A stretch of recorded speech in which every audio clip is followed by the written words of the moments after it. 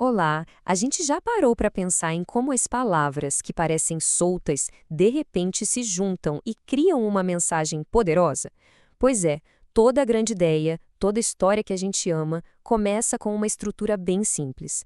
Hoje a gente vai fazer exatamente isso: desmontar essa estrutura peça por peça para entender o segredo por trás de uma comunicação que funciona de verdade.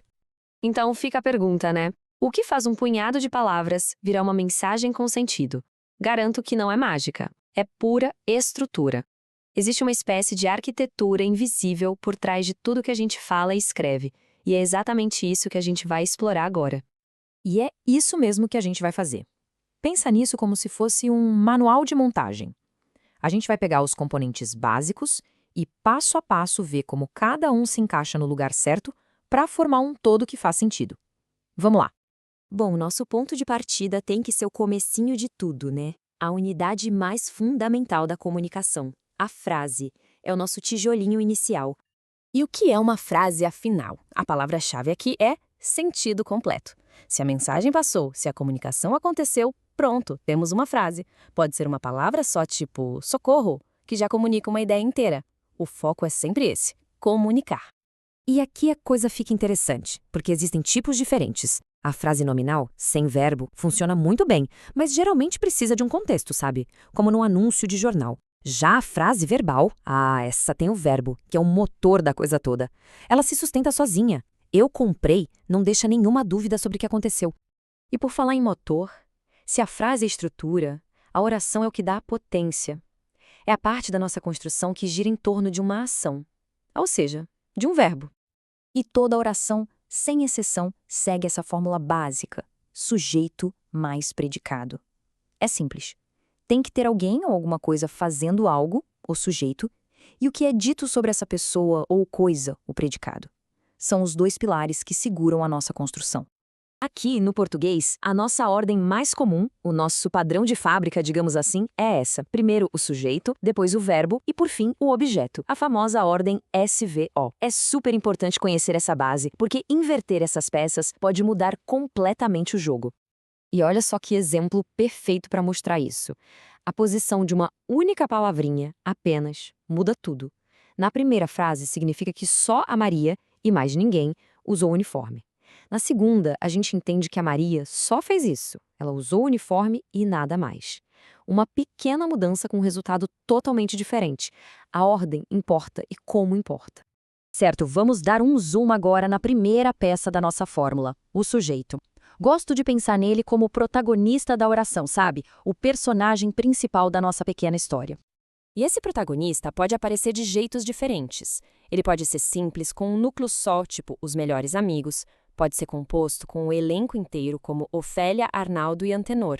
E ele pode até estar oculto, meio escondido, mas a gente sabe quem é pelo verbo. Quando a gente lê ficamos, na hora já sabe que o sujeito é nós. Mas, e quando a história não tem um protagonista definido? Às vezes a gente não sabe quem fez a ação, ou simplesmente não quer contar.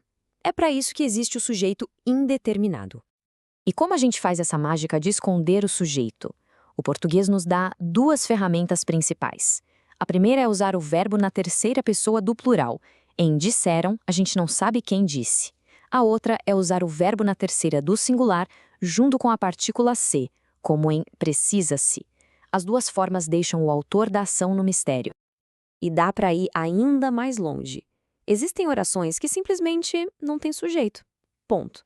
São ações ou estados que acontecem por conta própria, sem ninguém para executar. Os casos clássicos são esses. Fenômenos da natureza, tipo choveu. Ninguém chove, certo? A chuva só acontece. A passagem do tempo, com o verbo fazer, faz 10 minutos. E o verbo haver com o sentido de existir. Havia muitos feridos. Em todos esses casos, a ação não tem um autor. Ela simplesmente é. Ok, já entendemos o nosso protagonista, o sujeito. Agora vamos para a segunda parte da nossa fórmula, o predicado. Se o sujeito é quem, o predicado é o que aconteceu. É basicamente tudo aquilo que se fala sobre o sujeito. E esse predicado pode vir em 3 sabores. O nominal, que descreve um estado, uma qualidade, tipo é inocente. O verbal, que foca totalmente na ação, entregou a ata. E o verbo nominal, que é um combo. Ele fala de uma ação e de um estado ao mesmo tempo, como em chegava atrasada. A professora praticava a ação de chegar e estava no estado de atrasada. Certo. Com a nossa estrutura principal toda montada, sujeito e predicado, a gente pode começar a colocar os acessórios, os retoques finais que dão mais vida para a frase. São eles, o aposto e o vocativo. O aposto nada mais é do que uma explicação extra no meio da frase. Pensa nele como se fosse uma nota de rodapé. Aqui, Imperador do Brasil está só explicando quem era o Pedro II. Simples, direto e muito útil. Já o vocativo é um chamado, é quando a gente para a frase para se dirigir diretamente a alguém. Ele não faz parte da estrutura principal, por isso ele sempre vem isolado por vírgulas. É como se dessemos uma pausa para chamar a atenção da Antônia antes de continuar. E pronto, tá aí. A nossa obra tá completa. A gente partiu das peças soltas e conseguiu montar uma sentença inteira, com protagonista, com ação e até com os detalhes que deixam ela mais rica. No fim das contas, entender a estrutura de uma frase não é só uma questão de gramática. É sobre ter o poder de construir mensagens claras, diretas e eficientes. Com essas ferramentas em mãos, a pergunta que realmente importa é: que mensagens incríveis podem ser construídas a partir de agora?